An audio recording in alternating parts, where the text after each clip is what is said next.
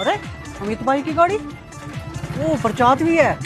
लेकिन एक सेकंड, अरे आज तो भाभी भी आई है। अमित भाई क्या हाल है? कहाँ जाने का प्लान है फिर आज? दूर ही जा रहे हो लग रहा है, सारे इकट्ठे हो रखे हैं। चलो फिर मैं भी चलता हूँ। अरे ये भुक्कड़ फिर आ गया। एक काम करती हूँ, बाहर जाके इनको कॉल करती हूँ। अच्छा सुनना, मैं अभी आई, जरा एक कॉल आ रहा है। ओ विशाल भाई, कैसा है? अरे यार, ये आस्था क्यों फोन कर रही है? हाँ, हेलो। ये आपका भुक्कड़ दोस्त फिर आ गया। और कोई काम धंधा नहीं है क्या इसे? इतना कंजूस है, आज तक अपनी जेब से इसने एक पैसा नहीं निकाला।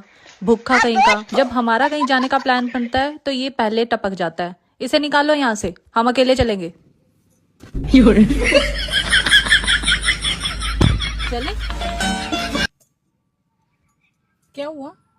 कोई नहीं, भाभी तो मां समान होती है। चलो जहाँ चलना है।